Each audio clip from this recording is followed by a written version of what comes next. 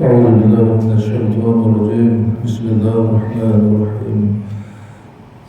السلام عليكم ورحمة الله تعالى وبركاته.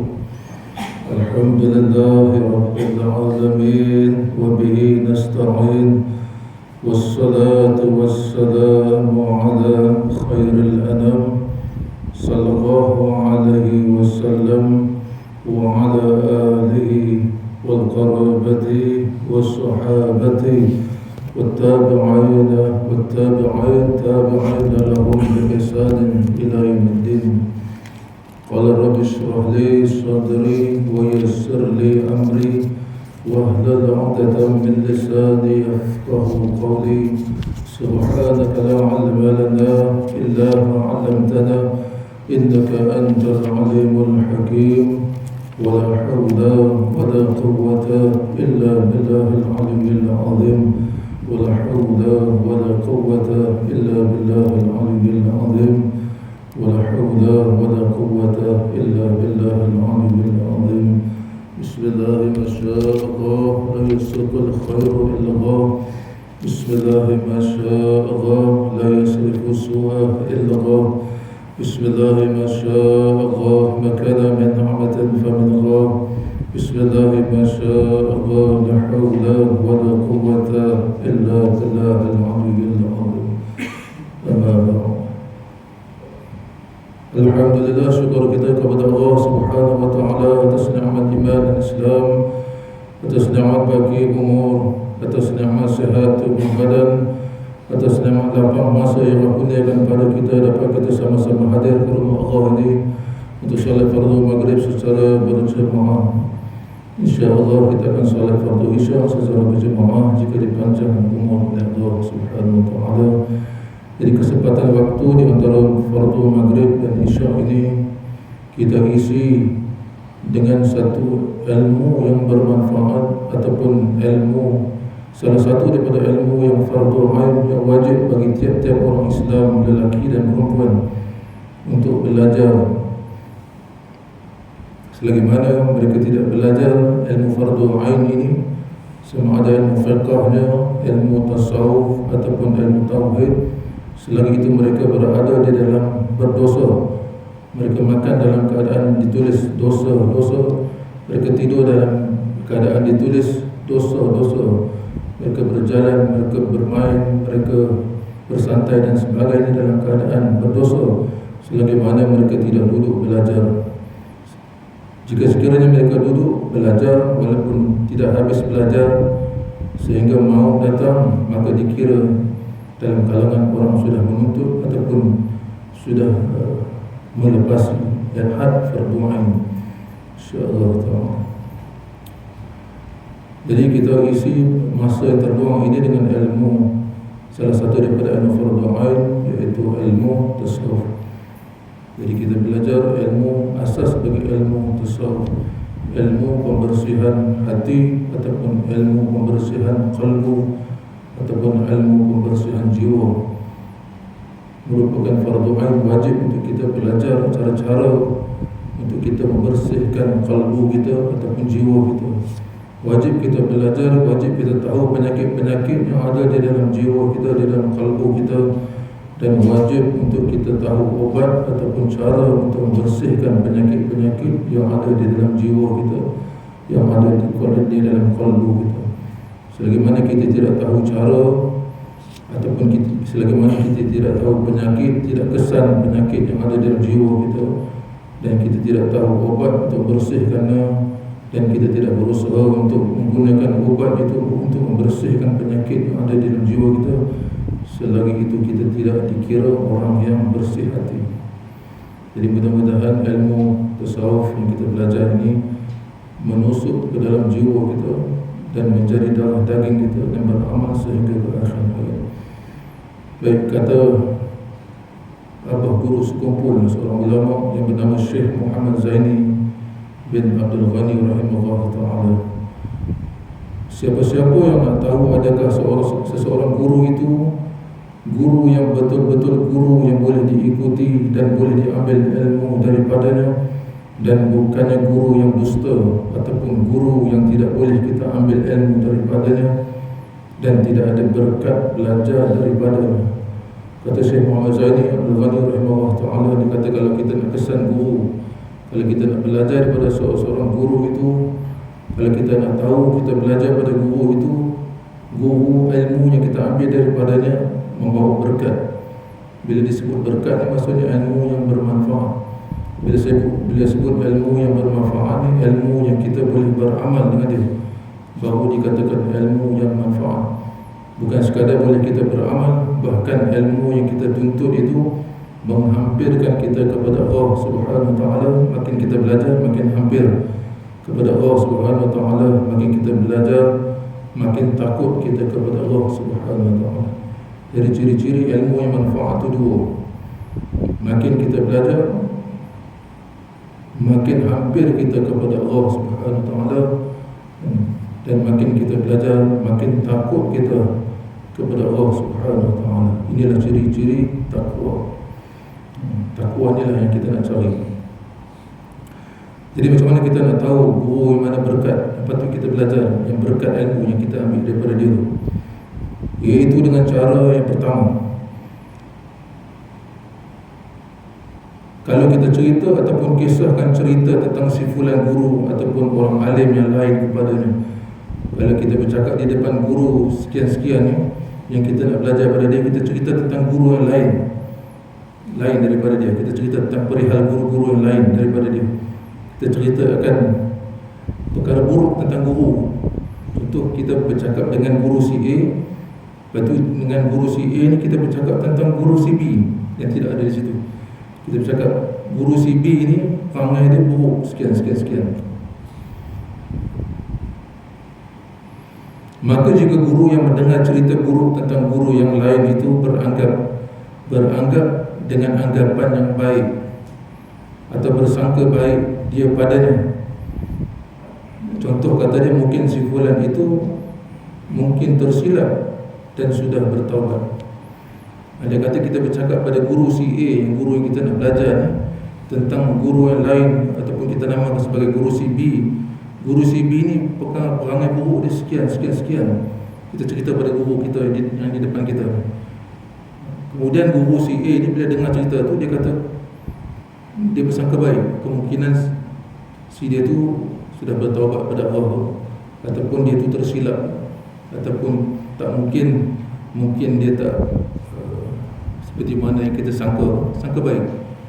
Jika guru yang sebegini, bila kita cerita perkara buruk tentang orang lain, dia sangka baik dan dia cuba terangkan kepada kita perkara kebaikan kepada kita,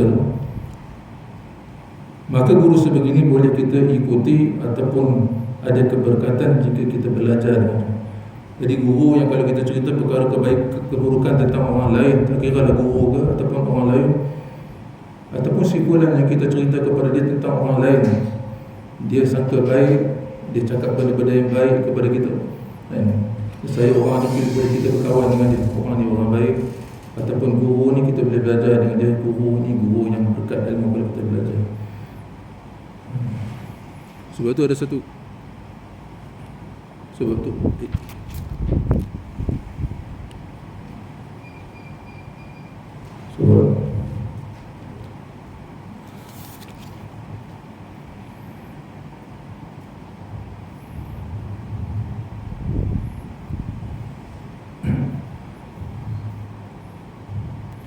ada seorang guru tasawuf berkata, sekiranya kita belajar satu ilmu, kita sudah sampai kepada peringkat habis belajar ilmu. Contohnya kita berguru dengan sekian-sekian guru, kemudian kita balik kepada kampung kita, kepada tempat tinggal kita, kemudian kita mengajar orang ilmu yang kita ada. Siapakah yang akan menjadi guru kepada kita selepas kita dah jadi guru? Selepas orang dah panggil kita ustaz, orang panggil kita tuan guru dan sebagainya, tok guru dan sebagainya, siapakah yang akan jadi guru kita?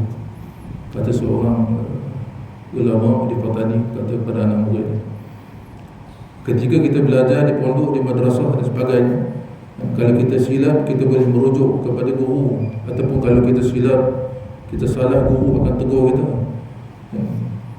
Tapi selepas kita belajar, kita dah bergelar ustaz, tok guru dan lain-lain, kita dah mengajar orang siapa yang akan jadi guru.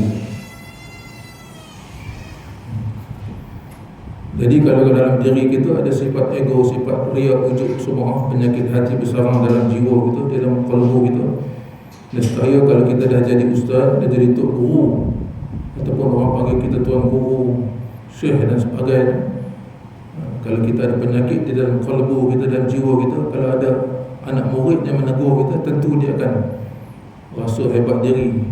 Siapa orang tu nak tegur kita kan? Kita dah tok guru, kita tentu orang alim, dan anak murid mana layak tegur tok guru. Ini bukan guru yang baik kita. Ini hati bersarang dengan penyakit. Sepatutnya kata para ulama, selagi walaupun kita dah bergelar guru, kita dah berilmu, kita dah orang panggil tok guru dan sebagainya, nescaya tok guru kita ialah ilmu tasawuf. Sepanjang kehidupan kita ni, lagi kita berilmu, lagi sifat tunduk ataupun lagi tawaduk, iaitu ilmu tasawuf yang menjadi pembimbing kita, yang menunjuk ataupun yang menjadi penasihat kepada kita, yang membimbing kita ikut jalan betul. Seandainya kita duduk di atas jalan yang tak betul, maka ilmu tasawuf yang membimbing kita lari daripada penyakit-penyakit hati atau penyakit-penyakit kalbu ni, sama ada riak, ujub, sum'ah, takabur dan lain-lain.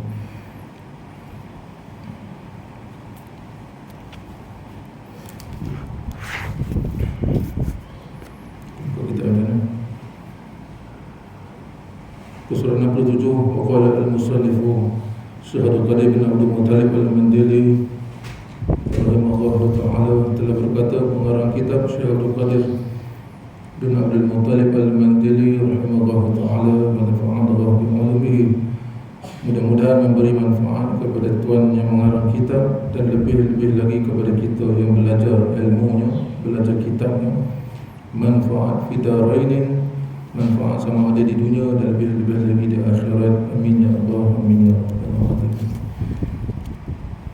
Kita sampai pada muka surah 67 bab yang kedua, pada menyatakan sangat loba atas berkata-kata ataupun banyak bercakap, banyak sangat bercakap. Jadi sebelum pada bab yang pertama itu menceritakan bab tentang makan, banyak makan. Jadi punca kepada semua penyakit-penyakit hati, punca dia, kepala dia ialah makan, banyak makan. Seandainya banyak makan ni tak dapat kita kawal, selagi itu penyakit-penyakit yang lain tak boleh kita kawal. Jadi ilmu tasawuf ni dikatakan ilmu yang bukan sekadar pada teori kita membaca kitab saja, bahkan lebih-lebih lagi pada praktikal. Seandainya kita belajar, kita tidak boleh praktikan, maka tidak ada berkat ilmu kita belajar. Jadi pertama sekali yang kita perlu praktik di sini untuk kita melangkah lebih jauh lagi untuk bersihkan hati ini, pertama sekali kurangkan makan. Kalau kita nak duduk atas jalan ahli ibadat ataupun ahli tasawuf, peringkat pertamanya, kalau kita tidak mampu puasa, makan satu hari sekali sahaja, makan yang berat. Makan yang berat itu satu hari sekali sahaja. Kalau ini pun tuan-tuan tak boleh amal, masa depan gelap untuk bersihkan hati. Tuan-tuan sanggup duduk ataupun tuan-tuan akan sentiasa ada dalam keadaan hati yang kotor, hati yang berpenyakit. Jadi tangga pertama untuk kita membersihkan hati ini, pertama sekali kurangkan makan. Jadi cara pertama untuk kita melatih, tangga yang pertama sekali untuk kita naik untuk bersihkan hati ini, makan satu hari sekali sahaja. Mana tuan-tuan ingat? Sampai mati tuan-tuan ingat, makan satu hari sekali sahaja, siang sahaja. Tapi lain daripada jamuan ataupun orang buat kenduri dan sebagainya, itu lain. Tuan-tuan, waktu orang buat kenduri ni jangan tunjuk waruk kan? Wali-wali Allah, kalau ada orang buat jamuan ataupun kenduri, dia katakan nasi ini nasi berkat, ataupun jamuan ini jamuan berkat, makanlah sebanyak-banyak. Kita belakang orang, kita kena tunjuk, kita kena kurangkan makan. Tapi depan-depan orang jangan tunjuk kita kurangkan makan. Depan orang, kalau cukup. Itu amalan yang dulu lah. Jadi biarlah orang kata kita ini ahli tasawuf apa ni, ini apa punya orang ahli ibadat kan, kuat makan ni, biar orang kata kita macam tu. di belakang orang kita makan kurang, kita kurangkan makan. Jadi amalan kita kenduri ni bukan orang buat tiap hari. Sebab tu orang dulu panggil nasi berkat ataupun jamuan berkat. Sebab kata ulama, jamuan yang dihidang atas dasar beribadat kepada Allah, kalau kita makan banyak mana pun tak akan jadi mudarat, tak akan jadi penyakit, tak akan jadi mudarat. Bahkan ada pahala di situ kita makan. Tapi waktu-waktu biasa, tiap-tiap hari makan satu hari sekali sahaja. InsyaAllah satu ketika Allah akan bukakan jalan untuk kita mampu buat lebih lagi. Contohnya kita boleh puasa dan sebagainya. Jadi peringkat pertama kita, peringkat asas kita ni, satu hari makan satu kali sahaja. Plan. Itu baru nak belajar. Ada praktikal baru nak belajar. Baik, itu yang pertama jaga. Jadi insyaAllah kita masuk pada tangga yang kedua. Tangga yang kedua, iaitu bab yang kedua pada menyatakan sangat loba atas berkata-kata. Jadi insyaAllah kalau kita kurangkan makan, kita sikitkan makan, nafsu kita jadi lemah, nafsu jahat kita jadi lemah. Biar kita duduk, walaupun kita, termasuk saya lah, duduk di bawah 3 nafsu yang terpaling bawah sekali. Semua ada nafsu amarah, nafsu yang buat jahat, zahir dan batin buat jahat. Mudah-mudahan kita tak duduklah di tingkat nafsu yang paling jahat. Nafsu amarah ni kerja dia buat jahat, zahir dan batin buat jahat. Siang sampai malam, dari bangkit tidur sampai tidur balik, buat jahat dia kerja, zahir dan batin. Mudah-mudahan kita tak ada dalam peringkat dia. Tapi kemungkinan kita duduk di atas satu lagi tingkat, nafsu lawamah, ataupun kita duduk di satu lagi nafsu malhamah. Walaupun 3 nafsu ni, 3 nafsu yang terbawah ni, nafsu yang masih buat dosa, tapi sekurang-kurangnya kita tidak duduk dalam keadaan memanjang buat dosa. Contoh kita duduk di nafsu yang atas daripada amarah ni, ataupun nafsu lawamah panggil. Nafsu lawamah ni walaupun dia masih buat dosa zahir dan batin, masih buat lagi, tapi dia ada lawamah, dia ada penyesalan. Bila dia habis buat dosa tu, dia akan rasa menyesal dalam diri dia. Kenapalah aku buat dosa ni? Kenapalah aku buat macam ni? Kenapa aku tak buat macam ni? Ada bibit-bibit penyesalan, lawamah, sekurang-kurangnya. Ataupun tinggi lagi daripada tu, kita duduk di nafsu mulhamah, nafsu yang Allah mula bagi ilham kepada kita. Ilham kebaikan, sama ada daripada Allah ataupun daripada para malaikat, bagi ilham kebaikan kepada kita. Tapi dalam peringkat nafsu mulhamah ni, dosa-dosa yang zahir dia dah tinggal, dia tak buat dah. Sekurang-kurangnya kita duduk kat sini dengan latihan kita tu, dengan kurangkan makan satu hari sekali. Mudah-mudahan Allah letak kita di nafsu mulhamah, nafsu yang tidak mula Allah bagi ilham kebaikan kepada dia, nafsu yang para malaikat mulhim ataupun malaikat-malaikat yang beri ilham kebaikan ni akan mula bagi ilham kepada kita perkara-perkara kebaikan. Suruh kita bersedekah, suruh kita buat sembahyang berjemaah, suruh kita belajar ilmu, suruh kita berzikir, berselawat, banyakkan amal ibadat, banyakkan kebaikan, mula-mula ilham kebaikan. Suruh cakap benda-benda yang baik. Jadi perkara-perkara yang zahir ataupun dosa-dosa yang zahir, dia dah mula berhenti buat dah pada peringkat nafsu mulhamah. Tapi walaupun macam tu, dosa-dosa yang batin dia masih buat lagi. Termasuk saya lah. Mudah-mudahan kita duduk di sini. Nafsu-nafsu, dosa-dosa yang batin apa? Ujub, riak, sum'ah, takabur dan lain-lain. Penyakit-penyakit batin, penyakit jiwa, penyakit batin tu kita masih buat lagi.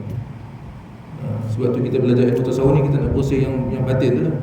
InsyaAllah kita dah duduk di peringkat nafsu mulhamah. Mula Allah bagi ilham kebaikan, dan dosa-dosa yang zahir, dosa-dosa yang zahir ni, yang nampak pada pandangan kita, sama ada pada dosa yang melibatkan tangan kita, 7 anggota kita, ataupun pada lidah kita dah boleh kawal. Mudah-mudahan kita duduk pada nafsu mulhamah. Jadi kita perlu satu lagi tangga untuk naik ke nafsu yang boleh tinggal zahir, dosa-dosa zahir dan dosa-dosa batin, nafsu mutmainnah. Jadi kita belajar sekarang ni peringkat awal kurangkan makan satu hari sekali je, sikitkan makan, untuk kita naik satu lagi tangga, duduk pada tahap nafsu mutmainnah, iaitu nafsu yang boleh, yang bebas daripada dosa-dosa zahir dan dosa-dosa batin. Mudah-mudahan kita duduk ke situ. Jadi inilah usaha kita untuk kita naik ke situ, mudah-mudahan. Baik, bab yang kedua pada menyatakan sangat loba atas berkata-kata ataupun banyak berkata-kata, sangat suka berkata-kata, banyak sangat cakap. Ketahui olehmu bahawasanya loba atas berkata-kata itu kelakuan yang dicela. Banyak bercakap ni kelakuan yang dikeji ataupun yang dicela ataupun yang tidak disukai oleh Allah, oleh syarak. Yang wajib kalau kita tak buat dosa. Wajib atas kita menjauhkannya, wajib atas kita jauhkan kelakuan banyak bercakap. Jadi hasil daripada banyak bercakap ni, sangat suka banyak bercakap ni, satu yang pertama jahil. Itu penyakit yang paling besar, jahil ilmu kamu. Yang keduanya banyak makan, terlampau sangat banyak makan, jadi nafsu jahat tu jadi kuat. Jadi bila nafsu kuat, nafsu yang jahat ni kuat, maka lidah kita lancang bercakap, nak bercakap, jasa nak bercakap, tak kira tempat.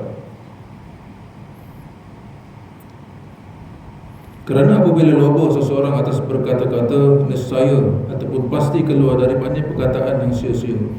Andai kata bercakap kita banyak bercakap tu tak ada dosa sekalipun, tapi bercakap kita tu sia-sia banyak, tak ada pahala, tak ada dosa, tapi sia-sia, tak ada pahala, tak ada manfaat apa.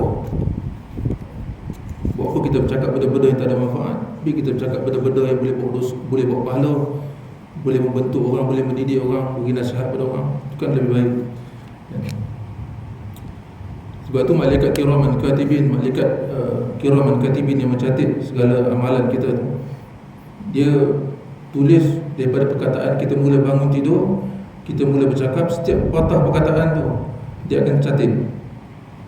Setiap patah, saya, dia, aku, semua dia catat.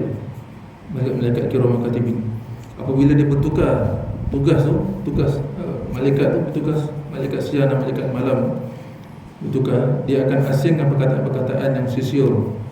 Yang sia-sia tak ada pahala, tak dosa pun tak ada, pahala pun tak ada, sia-sia kita cakap.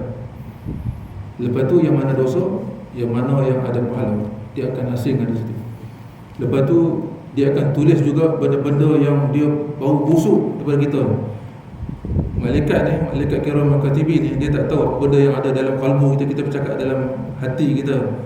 Malaikat kiraman katibin tak tahu, hanya Allah yang tahu. Tetapi Allah boleh bagi kepada dia tanda-tanda. Andai kata dia tiba-tiba duduk sebelah kita bau busuk, dia kata dia ni tengah bercakap benda-benda buruk ataupun tengah niat benda-benda buruk, dia akan catat di situ dosa tu. Andai kata dia duduk sebelah kita bau wangi, dia kata dia ni tengah bercakap benda-benda ataupun niat benda-benda yang baik, yang pahala, dia tulis pahala di situ. Jadi walaupun para malaikat kiraman katibin tak tahu, tapi Allah boleh bagi dia tanda kepada itu.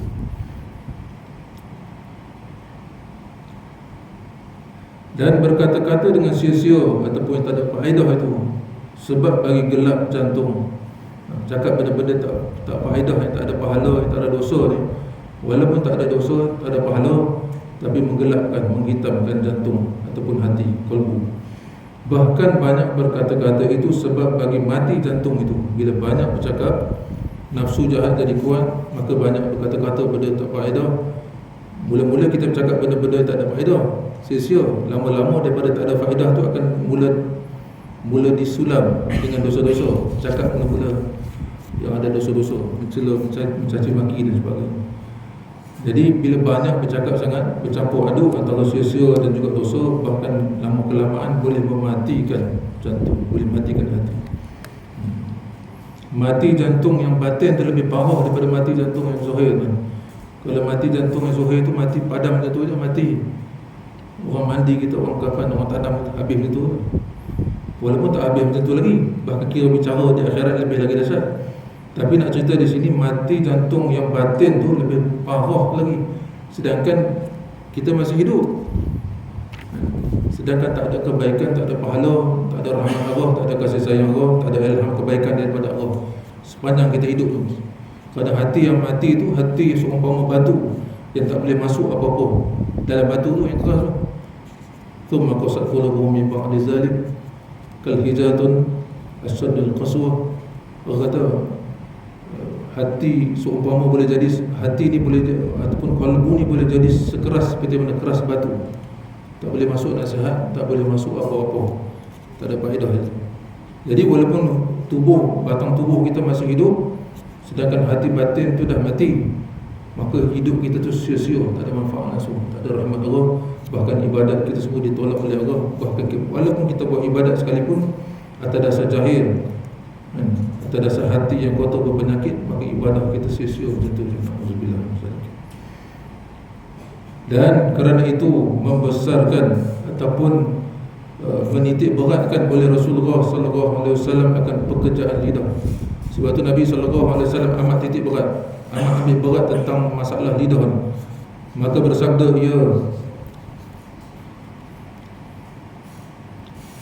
kata Nabi SAW, wa hal yaqubbun nasa ala wujuhihim aw manakhirihim illa hasaidul alsitihim. Wa hal yaqubbun nas, dan tidakkah yang yaqubun nas, yang menyembamkan muka, mentomahkan muka. Tahu kata tomah, muka kita ditekan ke bumi. Tidakkah yang menyembamkan atas wujuhim, atas wajah-wajah manusia tu, atau manakhirihim, ataupun di atas hidung-hidung mereka itu, menyembamkan dalam api neraka. Tidaklah satu yang menyembamkan muka kita ataupun ditonyoh muka kita di dalam api neraka ni, melainkan illa asaidu al-sitihim, melainkan apa yang telah dihasar, melainkan apa yang telah dihasilkan daripada lidah-lidah mereka itu. Semuanya disebabkan lidah. Disebabkan lidah, perkataan kita, maka disebabkan perkataan kita tu, Allah menyembamkan kita muka, Allah mentonyoh muka kita dan masuk dalam api neraka. Maka lidah ni, sebab tu kata Imam Ghazali, yang paling tajam itu bukanlah pedang ataupun pisau ataupun parang, tetapi lidah yang tidak bertulang. Lebih tajam daripada mata pisau, mata pedang.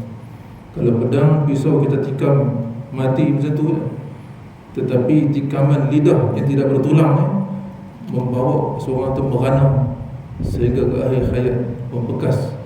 Seandainya walaupun si fulan yang kita kata kepada dia dengan lidah kita ni, kita kata kepada dia dengan sekian-sekian cacian, cemoohan, fitnah macam tu, dan kita dah jumpa orang tu, kita dah minta maaf pada orang tu dah maaf kita, contoh, tapi luka di dalam kalbu itu membekas sampai bila-bila. Luka yang dibuat, kata apa, yang dilukakan oleh pedang ataupun pisau ni boleh baik, boleh hilang, dan kita boleh lupa. Walaupun ada parut di badan kita ni, di tangan kita, di badan kita, tapi kita boleh lupa parut.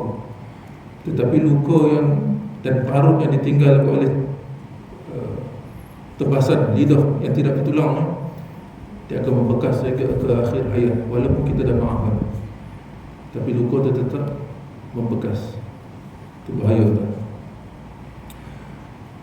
Jadi disebabkan lidah ni, kalau kita, sebab tu maka kalau kita buat dosa dengan Allah, kita menyesal dengan perbuatan dosa kita bertaubat, kita bertaubat kepada Allah, kita menyesal dengan apa yang kita dah buat, lepas tu kita tinggalkan dosa-dosa kita, lepas tu kita azam tak mau kembali kepada dosa-dosa tu balik, maka dengan taubat yang sungguh-sungguh kepada Allah, ataupun kita panggil taubat yang nasuha, insya-Allah Allah akan ampunkan dosa kita.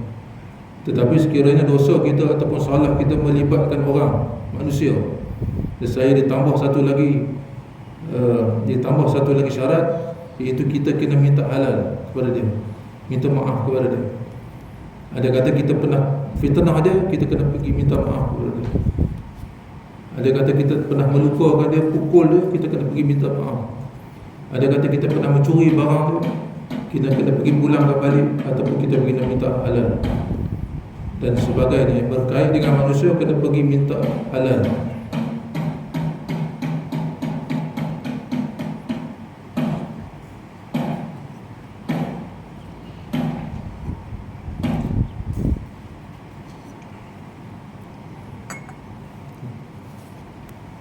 Salah satu.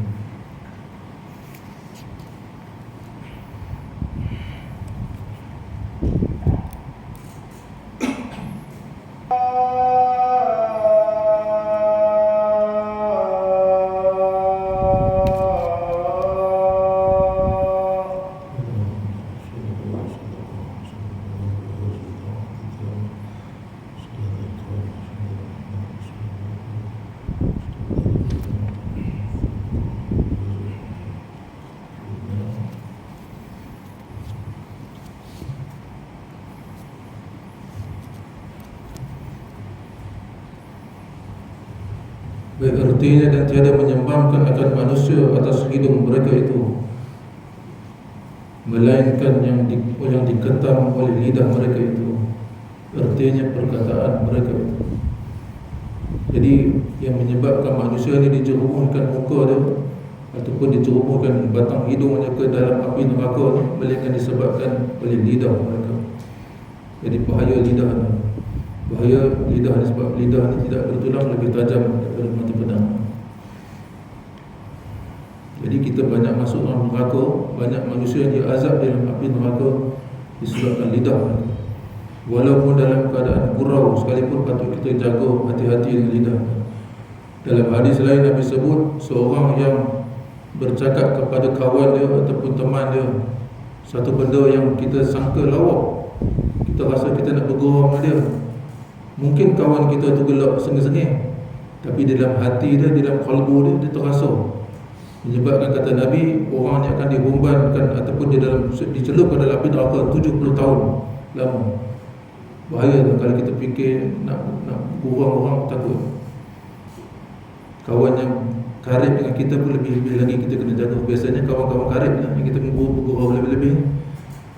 Kemungkinan dia sengih, dia gelap, tapi di dalam kalbu dia hanya Allah saja Maha mengetahui. Sebab tu bila kita berkumpul dengan kawan-kawan kita, bila kita nak berpisah tu, sepatutnya wajib kita minta maaf sebelum kita balik ke rumah. Mudah-mudahan Allah ampun dosa kita. Kadang-kadang dalam bercakap ni, kadang-kadang lancang lidah. Seperti mana kata pepatah Melayu, kalau terlajak perahu boleh kita undur, tetapi terlajak kata-kata tak boleh diundur, dah berbekas dalam kalbu. Dan dalam hadis lain Nabi SAW bersabda, Man kana yu'minu billahi wal yawmil akhir falyaqul khairan aw liyasmut. Man kana yu'minu billah, barang siapa yang betul-betul beriman, benar-benar sungguh-sungguh beriman kepada Allah. Bila sebut beriman ni maksudnya yakin 100%. Apa-apa juga dalam rukun iman, apa-apa juga dalam rukun Islam, dan apa-apa juga yang berkait dengan hukum syariat, yakin 100%, tidak ada. Bila sebut yakin 100% ni keluar daripada ragu-ragu. Bila ragu-ragu dalam agama ni, kalau dari segi i'tiqad, dari segi akidah, kafir, tak termasuk di kalangan orang yang yakin, yang beriman. Disebut beriman ni maksudnya yakin 100%, tidak ada ragu-ragu. Sama ada syak, zon, waham, sebesar kuman sekalipun tidak boleh ada ragu-ragu, syak. Selagi mana ada ragu-ragu, ada syak dalam kalbu kita, walaupun sebesar kuman sekalipun, terkeluar daripada beriman ataupun yakin kepada Allah. Jadi Allah seru ni kepada orang yang beriman. Sama ada dalam ayat Quran, ya ayyuhallazina amanu, ataupun Nabi sebut macam ni, man kana yu'minu billahi wal yawmil akhir, barang siapa yang betul-betul beriman, yakin 100% kepada Allah dan kepada Rasulullah, ataupun kepada hari akhirat.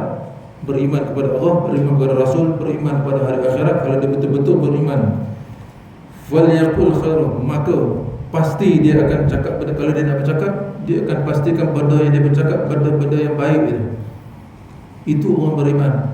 Kalau dia bercakap menyakitkan hati orang, bila dia cakap mengumpat, fitnah, buka aib orang, cari-cari aib orang, cari-cari keburukan orang, itu bukan orang beriman. Sama-sama kita betul kalau kita ada masalah. Kalau kita nak masukkan diri kita dalam beriman kepada Allah, Kalau kita baca Quran, ya ayyuhallazina amanu, kalau kita beriman kepada Allah, kita boleh tinggal benda-benda percakapan buruk, percakapan keji, percakapan fitnah mengaibkan orang ni. Kita bercakap benda baik saja, maka kita termasuk di kalangan orang-orang yang beriman kepada Allah.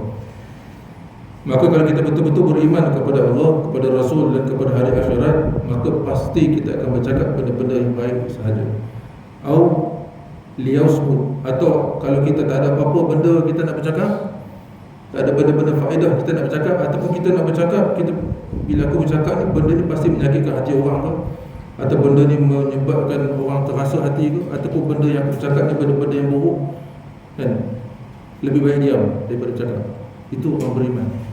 Orang beriman ni kalau dia nak bercakap, pasti dia akan bercakap benda-benda yang baik, benda-benda yang kebaikan, bawa pahala sahaja, manfaat saja. Sama ada manfaat untuk diri dia ataupun manfaat untuk orang lain, kawan-kawan dia, jiran-jiran dia, pasti dia akan pastikan. Seandainya percakapan dia yang bakal dia keluarkan daripada lidah dia tu, percakapan yang buruk ataupun percakapan yang bawa pada dosa, pasti dia akan diam. Itu orang beriman. Orang beriman ni dia akan jaga lidah, sebab dia faham bahawa lidah itu lebih tajam daripada mata pedang. Barang siapa yang membenarkan ia akan Allah Ta'ala dan akan hari kiamat, maka hendaklah ia berkata-kata akan yang baik, ataupun hendaklah ia diam kalau tak ada apa-apa. Dan sabda Nabi SAW lagi, "Man yatawakkali bima baina lihyaihi wa rijlaihi atawakkal lahu bil jannah." Man yatawakkali, barang siapa yang menjaga kerana Allah. Barang siapa yang boleh jamin kepada Nabi, kata Nabi, barang siapa boleh menjamin kepadaku, bima baina lihyahi, boleh jamin kepadaku benda yang ada di antara dua tulang janggut dia, lihyahi, janggut dia, yang boleh jaga. Siapa yang boleh menjamin diri dia, boleh menjamin kepada Nabi bahawa dia boleh jaga di antara dua tulang janggut dia ni, ataupun warajlaihi, ataupun benda yang ada di antara dua kaki dia boleh jaga.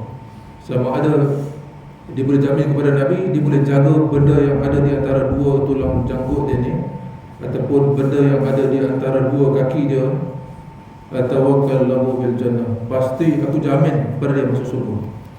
Nabi akan jamin dia masuk surga, siapa yang boleh jaga benda yang ada di antara dua tulang janggut dan benda yang ada di antara dua kaki dia. Apa dia? Benda yang ada di antara dua janggut ni lidah. Kalau dia boleh jaga lidah dia, jaga sungguh-sungguh, jaga. Kalau tergelincir, kita bertaubat kepada Allah, kita termasuk dalam jaga tu. Kita tergelincir lidah, kita bertaubat, bertaubat kepada Allah, termasuk dalam kalangan orang yang menjaga tu. Yang orang yang tak jaga ni, dia tergelincir lidah, dia buat tak tahu, tak bertaubat kepada Allah, tak menyesal. Jadi dia boleh jaga lidah dia, dan sesuatu yang di antara dua kaki dia, itu kemaluan, zakar bagi lelaki ataupun faras bagi perempuan. Jaga sungguh-sungguh, jaga maruah, halalkan ataupun salurkan pada punya halal sahaja, bukan pada yang haram. Jadi kalau dia boleh jaga lidah dia, dia boleh jaga kemaluan dia, atawakkal lahu bil jannah, pasti aku jamin bagi dia masuk syurga. Jadi sahih dan hadis riwayat Imam Bukhari. Kalau Nabi sebut Nabi jamin tu, maksudnya benda tu payah nak jaga, tapi tak mustahil untuk kita jaga. Sungguh-sungguh jaga. Manusia ni tak boleh lari daripada dosa, tergelincir, jatuh dalam dosa, tak boleh lari. Tetapi satu orang yang Allah kasih dan Allah sayang ialah orang yang setiap kali dia jatuh dalam dosa, tergelincir dalam dosa, dia akan naik balik daripada gelinciran tu. Sama dia gelincir, jatuh dalam dosa, dia akan bangkit balik, bertaubat, insaf kepada Allah, mohon ampun kepada Allah. Itu pintu syaitan. Syaitan yang paling tak suka tau. Syaitan ni dan nafsu yang jahat ni, tugas dia nak tarik kita seberapa ramai anak Adam masuk dalam api neraka. Tetapi syaitan dan nafsu yang jahat ni jadi putus asa, jadi kecewa, jadi sedih. Seandainya seorang anak Adam tu bila dia tergelincir dalam dosa, kembali dia balik kepada Allah, rujuk bertaubat kepada Allah, dia cukup kecewa, sedih dia. Bila dia buat dosa, kembali dia bertaubat, insaf kepada Allah. Itu buat syaitan dan nafsu yang jahat ni kecewa, sedih.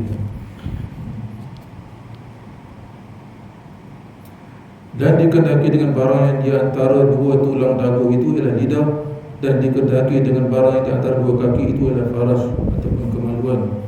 Kalau khususnya zakar bagi lelaki, faraj bagi perempuan. Dan dalam hadis yang lain, hadis sahih riwayat Imam At-Tirmizi, ditanya akan Rasulullah SAW daripada yang lebih banyak barang yang memasukkan ia ke dalam api neraka. Para sahabat radhiyallahu anhum tanya kepada Nabi, apakah satu dosa ataupun perbuatan yang menyebabkan manusia banyak dimasukkan dalam api neraka? Maka bersabda Nabi sallallahu alaihi wasallam, dua yang berlubang. Nabi kata dua yang berlubang, iaitu lubang yang pertama mulut, lidah kita. Yang kedua lubang faraj atau lubang kemaluan kita. Dua ni menyebabkan banyak manusia dimasukkan dalam api neraka, diumumkan, diazab dalam api neraka. Kemaluan juga diazab dalam kubur. Dalam kubur banyak orang diazab dalam kubur sebab kemaluan, sebab kencing dia tak bersih, tak tos. Maka sebab tu para ulama ada yang mewajibkan istibrak, dipanggil berdehem. Berdehem termasuk berdehem, ataupun kalau tak cukup dengan berdehem, dia bangkit berdiri, dia duduk balik, ataupun dia urut zakar lah tu, atau perempuan dia urut paras dia tu. Apa juga cara sampai yakin air kencing dah habis. Jadi seandainya dia tidak istibrak, kemudian dia sembahyang ataupun dia beribadat dalam keadaan meleleh air kencingnya, maka orang yang macam ni diazab dalam kubur. Betul Nabi kata banyak orang yang diazab di dalam kubur disebabkan tidak istibrak. Kata ada ulama yang mewajibkan istibrak, ada yang kata sunnah.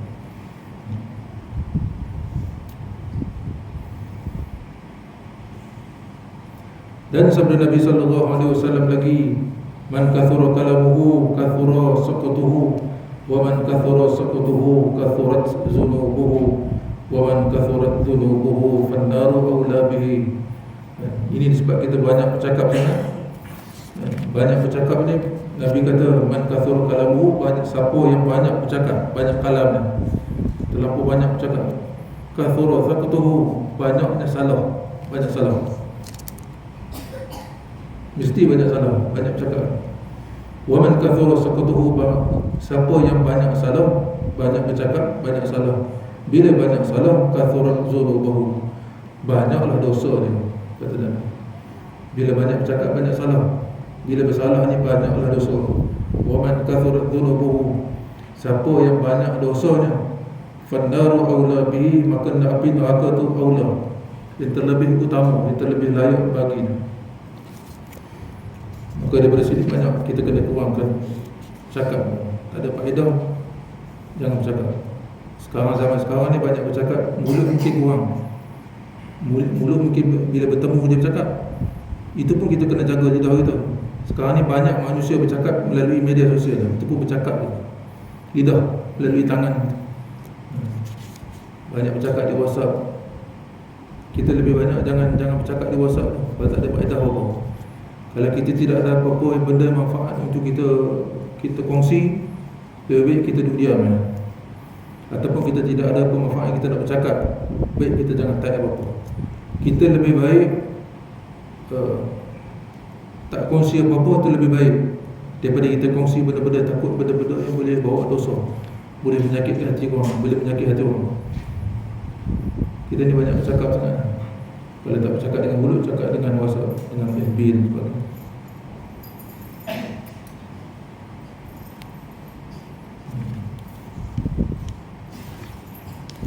Sikit lagi dah. Ketahui olehmu bahawasanya ada bagi lidah itu kebinasaan yang banyak. Disebabkan kebinasaan ataupun mudarat bagi lidah itu banyak.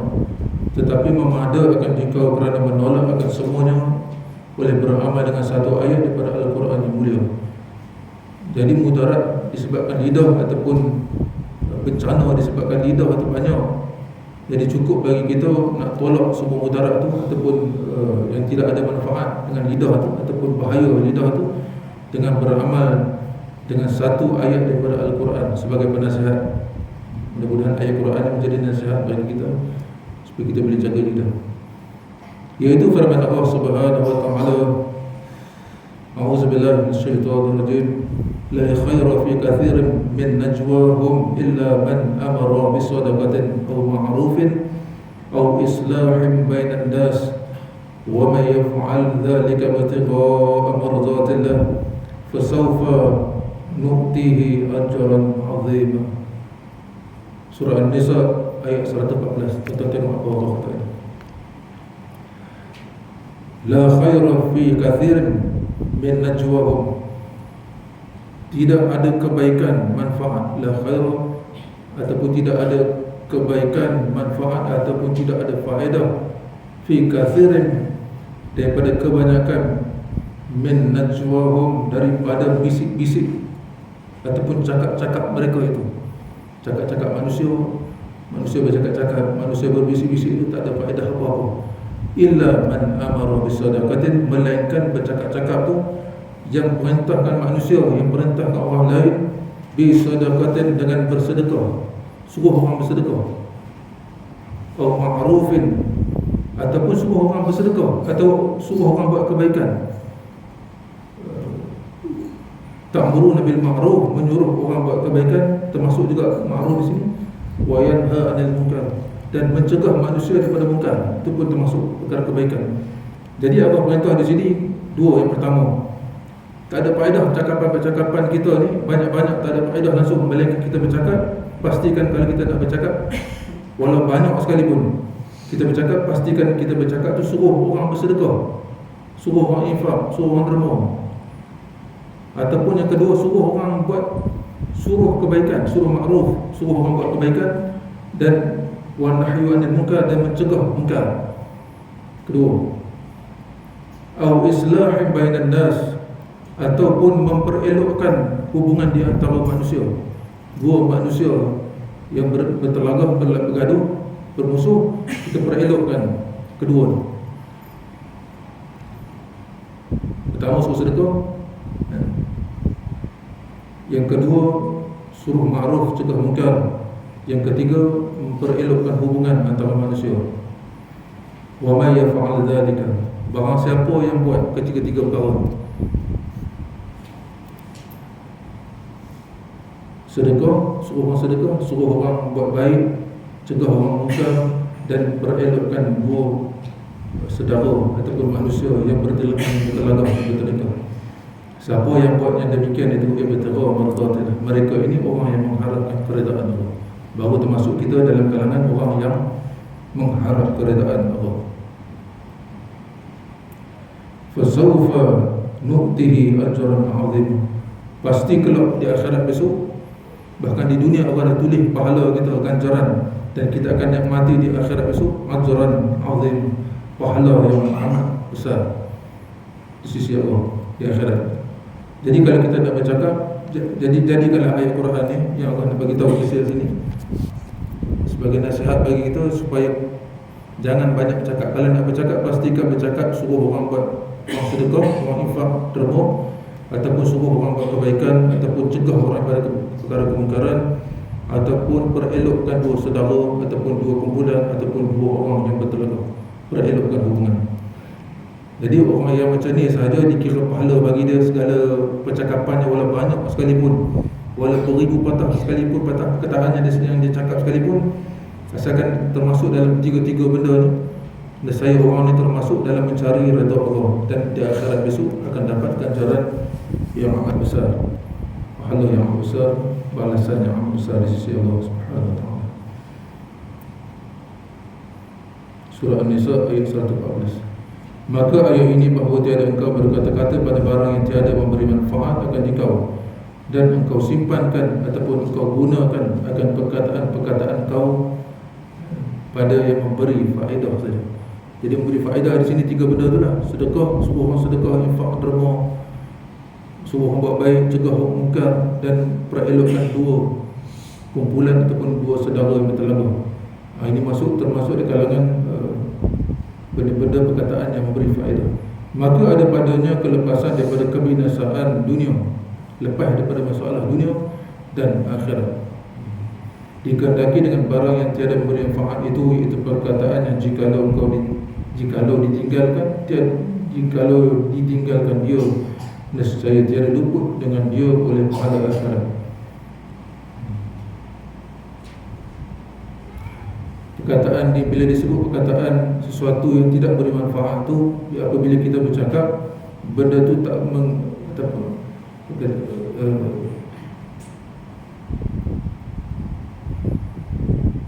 kalau kita bercakap benda-benda tak manfaat ni, manfaat utamanya manfaat pada sama ada dunia kan ataupun akhirat kan, benda tak manfaat, tak memberi kesan, pahala pun tak ada, dosa pun tak ada, bahkan dunia pun tak ada manfaat. Tapi seandainya perkataan kita tu membawa kepada perkataan dosa, manfaat, fitnah dan sebagainya, ada mudarat, di akhirat, mudarat di dunia pun ada, bahkan mudarat di akhirat lebih-lebih lagi. Dan barang siapa menyimpankan ia daripada perkataan atas yang memberi manfaat, barang siapa yang gunakan lidah dia untuk cakap benda-benda yang manfaat, nescaya ataupun pasti sedikit boleh perkataan. Kalau orang yang bercakap jenis orang yang bercakap benda-benda yang manfaat, yang bawa kebaikan, nescaya dia tak banyak bercakap. Orang yang banyak bercakap ni kebiasaannya orang yang banyak bercakap benda-benda yang tak manfaat, bahkan banyak dosa lah. Maka hendaklah engkau fikirkan pada ketika engkau berkata-kata dengan barang yang tidak faedah. Bila kita bercakap tu fikir-fikir, apa manfaat aku bercakap. Kalau kebaikan bercakap, kalau tak ada kebaikan biar diam. Akan bahawasanya jika menyebut engkau akan nama Allah Ta'ala ganti daripada perkataan yang tidak berfaedah itu, nescaya adalah untung yang sangat besar, kerana zikrullah itu menyerupai ia akan sepotong emas. Lebih baik kita ganti perkataan yang tak ada manfaat, yang tak ada faedah itu dengan zikir kepada Allah, zikrullah. Lebih baik. Seumpama kata pengarang kitab ni, seumpama kita berzikir, kita sebut nama Allah, ataupun kita selawat ni, ataupun kita cakap kita berzikir dengan zikrullah ni, seumpama sepotong emas, seketul emas. Dan perkataan yang tiada berfaedah itu menyerupai ia akan sepotong daripada tanah yang keras, seumpama batu yang keras, seumpama tanah yang keras, tak ada faedah. Maka betapa suka orang yang berakal, kalau dia betul-betul berakal, kalau betul-betul orang yang bijak, meninggalkan ketul emas dan mengambil ia akan ketul tanah yang keras. Kalau orang betul-betul berakal, dia pasti akan ambil emas, dia akan tinggalkan ketulan batu ke ketulan tanah. Kalau dia betul berakal. Kalau jenis tak ada akal, dia akan ambil tanah, ketul batu. Dia rasa itu permata, dia rasa itu batu belian atau emas, padahal dia tanah, padahal dia batu. Jadi orang berakal dia boleh, seperti mana kata apa, jauh hari yang ada jauh hari yang mengenal manikam. Hanya orang-orang yang arif saja yang tahu mana satu permata, yang mana satu kaca. Maka betapa suka orang yang berakal meninggalkan ketul emas dan mengambil ia akan ketul tanah yang keras. Ini jika perkataan itu tiada ada padanya dosa. Maka jika ada padanya dosa, nescaya telah rugi ia dengan sebab meninggalkan emas dan mengambil ia akan gantinya akan sepotong api, dan yang demikian itu rugi yang sangat besar. Andai kata kita bercakap benda-benda yang tidak ada faedah, sia-sia, tak ada dosa pun tak ada, pahala pun tak ada, pun dah rugi. Dikira seumpama macam kita ambil ketulan tanah, ketulan batu. Tetapi seandainya percakapan kita tu ada dosa, menyebabkan ditulis dosa, fitnah ke, mengumpat dan sebagainya yang dituliskan sebagai dosa, bukan ketul tanah, bukan ketul batu lagi dah, bahkan dia mengambil sepotong api, maksudnya dia akan diazab dengan api neraka disebabkan lidah dia. Jadi itu lebih-lebihlah rugi. Dan ambil api, tinggalkan, ataupun tak ambil emas, amat-amatlah rugi. Di dunia pun rugi. Kalau kita betul-betul berakal, kita nampak dah rugi besar, sebab kita akan rugi di akhirat. Sebab balik di akhirat ni tidak ada jalan lain melainkan dua jalan. Wahadana najdain, dan kami tunjukkan kepada mereka dua jalan. Di balik di akhirat besok tak ada jalan lain dah. Lah ni kalau kita nak pergi mana-mana balik kampung, kita banyak jalan nak balik kita. Kita boleh pilih, kalau jam jalan ni kita boleh pilih jalan lain. Ataupun kita tak, macam-macam cara lah kita nak pilih jalan-jalan lain. Tapi di akhirat kita tidak boleh pilih kan?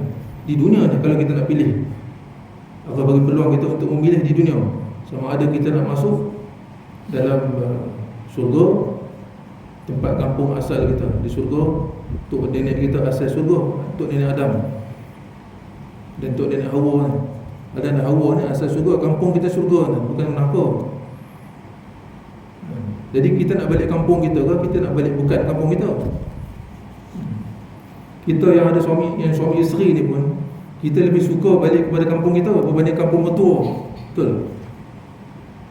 Betul lah tuan-tuan.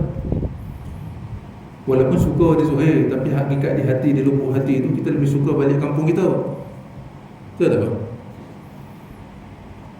Betul tak betul? Itu manusia biasa. Manusia ni dia tidak ada dua hati je. Kalau kita ada satu isteri, orang satu isteri dia tak rasa. Orang yang ada lebih daripada satu isteri, dia akan ada isteri yang paling dia sayang tadi. Itu tak boleh tipu kan. Nabi pun dia ada isteri yang dia paling sayang. Sebab kasih sayang ni memang Allah jadikan manusia tu tak ada dua hati, tak ada dua kalbu. Seandainya dia menghadap kepada dunia, dia cinta pada dunia, dia takkan cinta pada akhirat. Sebab tu kita kena cinta pada akhirat. Jadi dunia tu akan ikut kita daripada belakang. Begitu juga dalam bab kasih sayang ni, memang kita tak boleh nak adil. Sebab tu tak diwajibkan adil dalam bab kasih sayang. Orang yang ada lebih pada seorang isteri, dia akan ada isteri yang dia paling sayang. Kalau ada dua isteri, salah satu dia paling sayang. Walaupun di mulut dia harus kita boleh, dalam bab perkahwinan ni kita boleh berbohong. Kita pergi pada isteri A, kita kata kau lah yang aku paling sayang, paling cinta tadi kan? Tidak ada yang aku paling sayang melainkan kau. Cakap. Kita pergi pada isteri kedua, kita cakap macam sama. Kau lah yang paling aku sayang, kau lah paling aku cinta, kau lah yang paling aku kasih sekali. Tak ada yang kasih melainkan kau lah. Jadi sunat, bahkan pahala sunat kita memasukkan suka dalam isteri, dalam hati isteri kita. Tapi pada hakikatnya bukan kau yang aku cinta, aku suka yang bini muda contoh kan. Begitu juga anak-anak yang ramai ni. Dalam banyak-banyak yang anak ni, kita ada satu orang anak yang paling kita sayang tadi. Tak boleh kita tipu kan. Walaupun kita tak boleh cakap terang-terang secara depan-depan, ini akan menyakitkan hati, kecewa anak-anak yang lain, sedih.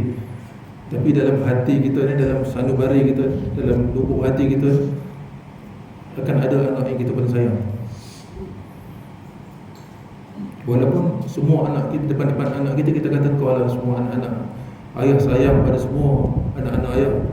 Tentu tak ada, ayah tak beza kasih sayang. Itu di mulut kita. Memang sunat kita bercakap macam tu. Tapi hakikatnya kita tak boleh tipu diri kita, tak boleh tipu perasaan kita. Dan ada anak yang paling kita sayang. Sebab tu ketika kita nazar ataupun sakit, sunat anak yang kita paling sayang ni duduk di tepi kita. Contohnya lebih-lebih lagi ketika nazar tu.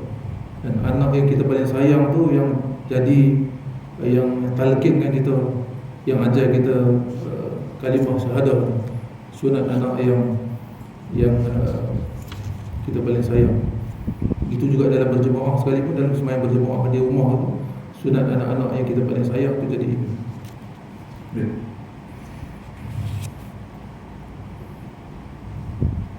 Allah kita berdiri.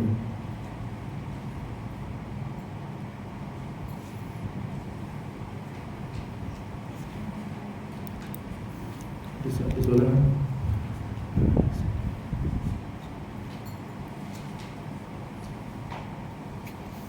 Soalan tasawuf ataupun soalan lain?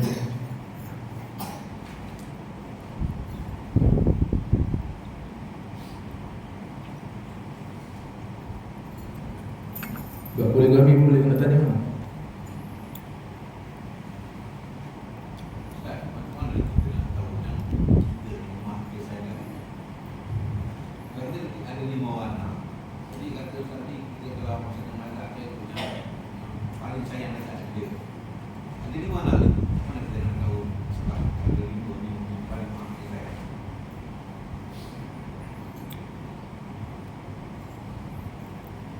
Jadi kita boleh nampak pada bentuk apa nama tanda-tanda zuhir lah. Tanda-tanda zuhir. Contoh kita sebut sendiri, kita ada anak yang kita paling sayang tu. Contoh kita sakit ke, kita nak anak kita yang kita paling sayang tu baca Quran di tepi kita sebutlah. Panggil si fulan, mai baca tepi baca Quran tepi ayah. Walaupun kita tak sebut itu anak aku paling sayang, kita tak sebut macam tu, tapi kita sendiri tahu lah. Sunat kita ni yang tahu mana satu anak kita paling sayang. Sunat kita panggil anak tu. Sama ada kita sakit tu, nazak tu kan, sakit sangat tu, panggil anak tu baca Quran tepi kita, ataupun duduk tepi kita, ajarkan kita. Sunat kita panggil. Maksudnya kita yang tahu anak kita, mana anak kita sayang. Ya. Anak tu dia tak tahu hari-hari ni aku gaya dia paling sayang, aku dia paling suka. Dia tak tahu, kita lah yang panggil. Abang ada? Anak abang orang? Mesti ada salah satu paling sayang. Ada?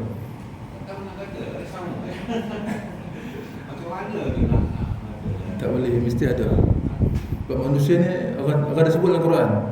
Allah kata, aku tak jadikan di dalam rongga manusia ni, jawfi, dalam jawfi ni, qalbain, dua hati, dua kalbu. Mesti ada. Mungkin salah seorang lebih perhatian tu. Ya, itulah saya. Siapa ada isteri lebih banyak seorang?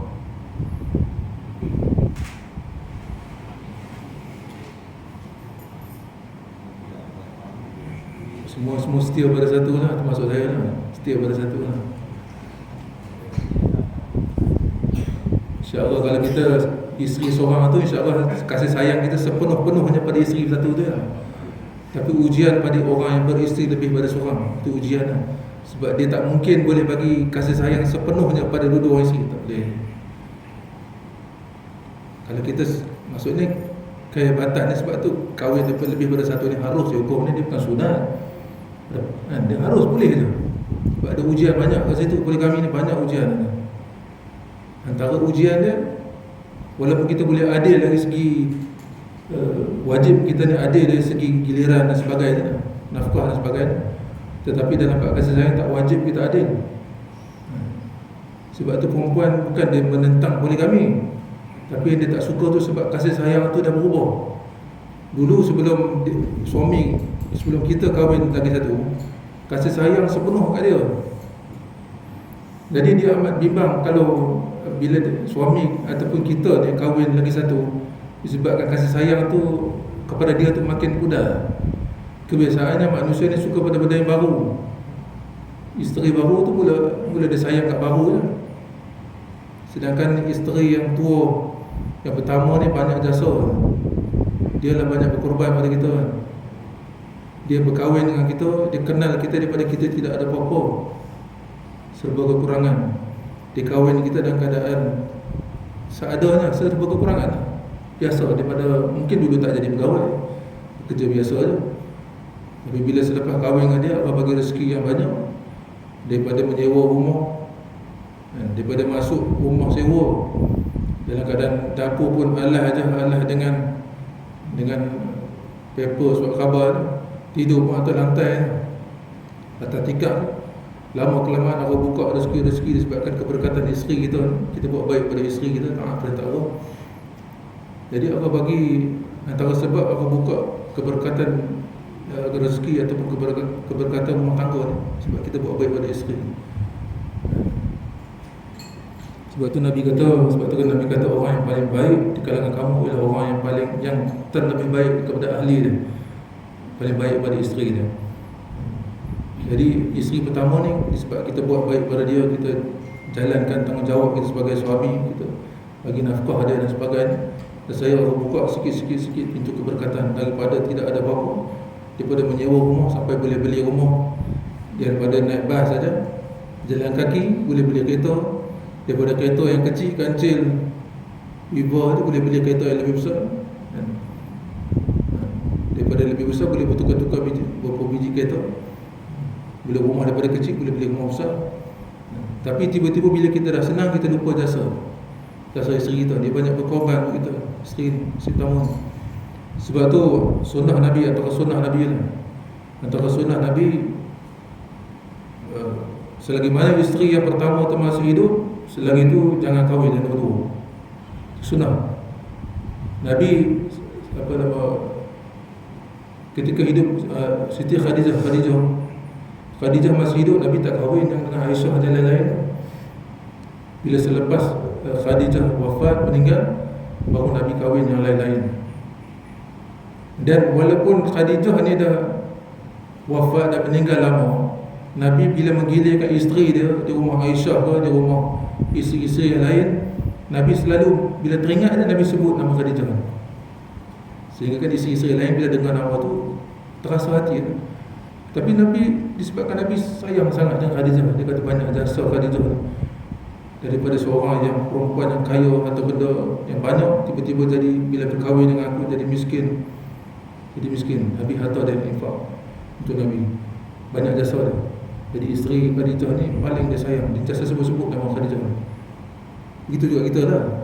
Kalau kita ada lebih pada seorang isteri, kita akan sebut-sebut nama isteri yang paling kita sayang. Itu kalau kahwin secara isteri pertama pun tahu. Kalau isteri pertama tak tahu, kita tersebut naya. Baik, Allah Alam.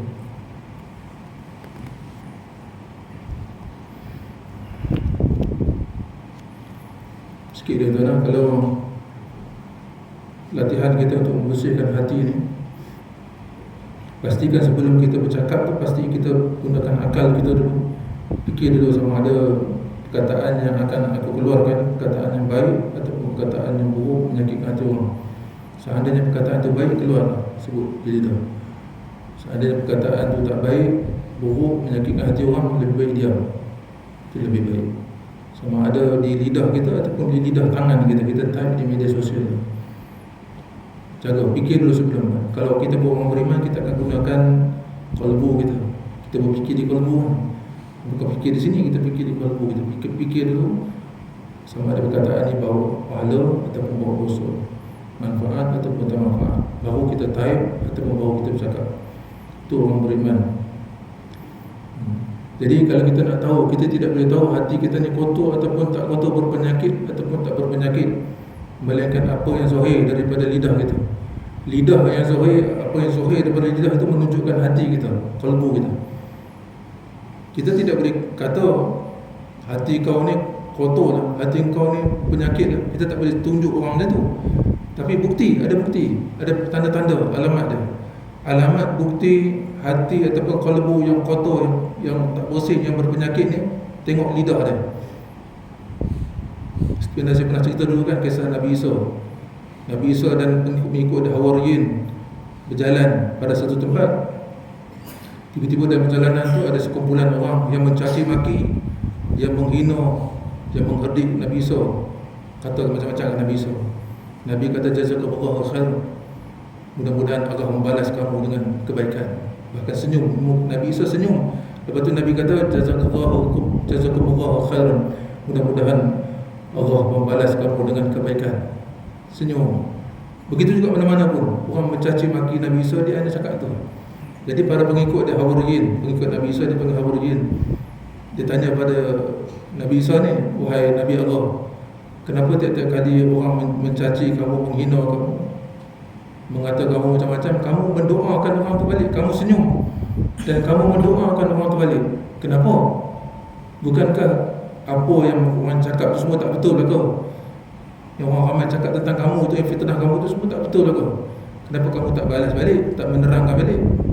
Kata Nabi Isa, ketika mereka mencaci maki aku, mengata aku yang macam-macam, aku cuba mencari-cari dalam hati aku ni, dalam kalbu aku ni, apa perkataan yang nak aku keluarkan. Aku mencari perkataan buruk nak aku keluarkan. Maksudnya nak balas balik lah. Kata orang tu caci kita macam-macam, benda-benda tak betul. Aku mencari perkataan yang nak aku balas balik tu, tapi aku tak jumpa. Kata Nabi Isa, yang aku jumpa dalam kalbu aku ni senyuman. Aku nak senyum dan juga aku nak doa ke orang tu. Maksudnya tanda-tanda itu hati yang bersih, hati-hati yang bersih. Hati-hati yang bersih ni dia takkan ada orang kotor tu. Hati kita ni umpama bekas gelas yang cawan kosong. Seandainya kita dah isi benda-benda baik dalam ni, dan saya buruk tu tak boleh masuk kita. Tapi selagi mana ada keburukan, ada penyakit dalam ni, selagi tu bersih tu tak boleh masuk. Maka sebab itu menjadi kewajipan kita untuk belajar cara untuk keluarkan penyakit tu, masukkan kebaikan. Bila dah masuk kebaikan dalam ni, saya penyakit tu tak boleh masuk. Begitu juga orang yang hati bersih ni, bila dia nak bercakap orang, walaupun orang caci maki macam mana sekalipun, orang cakap buruk tentang dia, dia takkan balas. Dia takkan balas. Walaupun untuk menjawab, itu betul-betul bersih kan.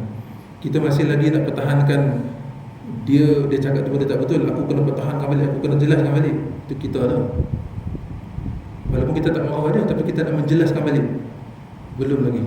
Sebab percakapan bila kita menjelaskan diri, kebiasaan percakapan nak menjelaskan balik tu, kebiasaannya disulami dengan marah. Marah tu pun penyakit hati, penyakit jiwa. Syaitan boleh ambil manfaat ataupun mengambil peluang kat situ. Nafsu yang jahat, syaitan boleh ambil peluang kat situ. Maka sebab tu orang yang hati betul-betul bersih, dia tidak akan balas lagi. Kata, bahkan dia akan mendoakan orang tu, senyum mendoakan orang tu lagi. Seperti mana Nabi Isa kata, jazakumullahu khairan. Mudah-mudahan Allah memberikan jaran kebaikan kepada Allah. Ya. Auzubillahi minasyaitonir rajim. Bismillahirrahmanirrahim. Alhamdulillahirabbil alamin. Wassalatu wassalamu ala asyrafil anbiya'i wal mursalin wa ala alihi wa sahbihi ajma'in. Allahumma salli ala sayyidina Muhammad wa ala alihi sayyidina Muhammad. Allahumma ihfazna bil Islam qa'iman, Allahumma ihfazna bil Islam qa'idan, Allahumma ihfazna bil Islam rakidan wa la tusmit bihi adwan wa la hasudan. اللهم ارزقنا فهم النبي وحفظ المرسلين وحفظ الملائكة المقربين وعافيته برحمتك يا أرحم الراحمين. اللهم فقهنا في الدين وعلمنا تأويل الله. اللهم فقهنا في الدين وعلمنا تأويل الرحمن. اللهم فقهنا في الدين وعلمنا تأويل الرحيم برحمتك يا أرحم الراحمين. اللهم ارزقنا متابعة النبي صلى الله عليه وسلم أولا والآخرا ظاهرا وباطلا قولا وفعلا وعملا صالحا برحمتك يا ارحم الراحمين. صلى الله على سيدنا محمد وعلى اله وصحبه وسلم والحمد لله رب العالمين.